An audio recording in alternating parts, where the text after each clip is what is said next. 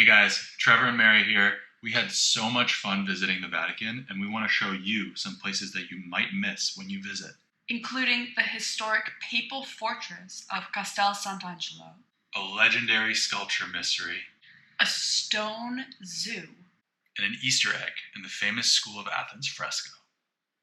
First, we want to bring you to the octagonal courtyard, a unique open-air garden that houses priceless sculptures, including the famous Laocoon incense. But less known is its history, which intersects with a Renaissance master you might know. The statue was originally housed in Roman Emperor Titus's palace and depicts sea serpents killing Laocoon's sons, ultimately leaving Laocoon alive to watch and suffer. The statue was lost to time, like many ancient Roman artifacts, only to be dug up in a vineyard during the Renaissance. When the statue was unearthed in 1506, it was missing an arm, with only a bare shoulder to offer clues as to what it might have looked like. The Pope's architect, Bramante, picked Raphael to stage a contest to restore Laocoon's missing right arm. Studying the shape of the right shoulder, all the sculptors believed the arm to be outstretched in a hero's position. Only Michelangelo insisted that the right arm was bent back over the shoulder based on the musculature of the remaining arm.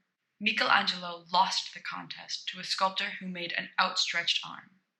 Exactly 400 years later, in 1906, an archaeologist found the missing right arm, and it was bent, just as Michelangelo had said.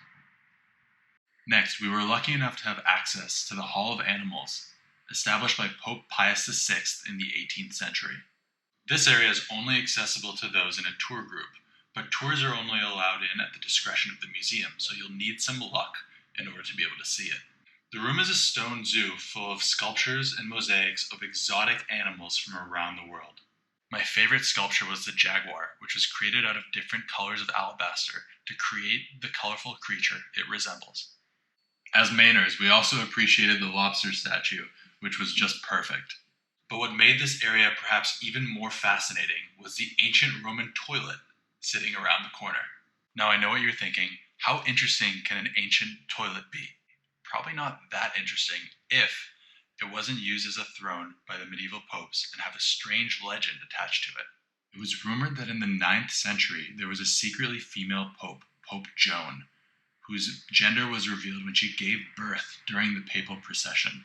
And tied to this rumor was this toilet-turned throne, which has a hole in it to allow for the hand verification of the pope's gender during coronation.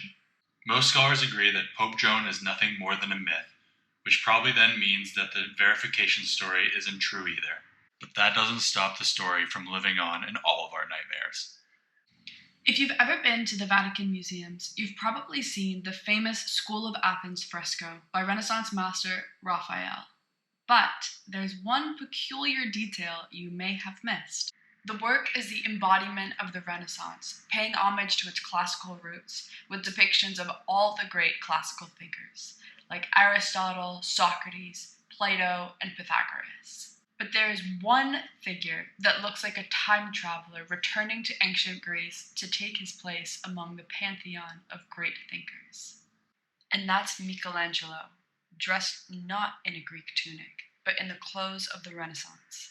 When Raphael started this painting, Michelangelo was painting his first fresco on the ceiling of the Sistine Chapel just down the hall from Raphael.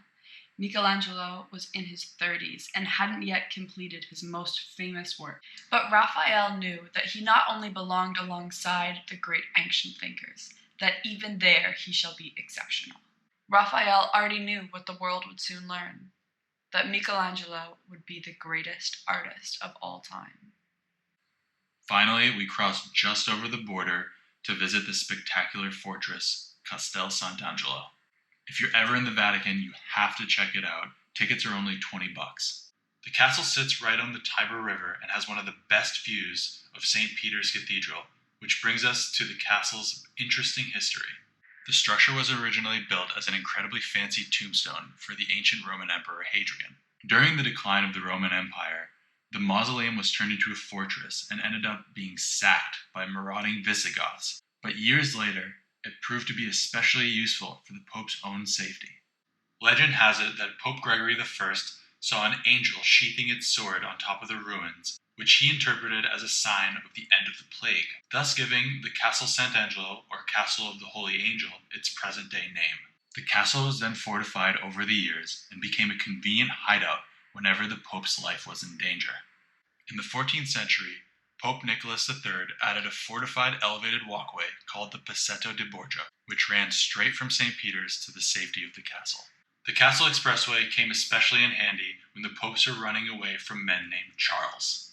In the late 15th century, Pope Alexander VI ran to safety from French King Charles VIII, and in the early 16th century, Pope Clement VII escaped with his life from Holy Roman Emperor Charles V, whose men massacred the entire Swiss Guard on the steps of St. Peter's Cathedral. When you visit the castle, you'll be able to see some of the beautifully decorated rooms that the Pope would have been hiding in while the battle raged outside. The fortress has a lot of history, as well as some of the best views of Rome, and of course, the Vatican. There's so much to see at the Vatican that you really should go for yourself. Tickets cost around $20. And even though we don't usually do this, we'd recommend booking the tour for around $50 because getting context on all those historical artifacts really brings them to life.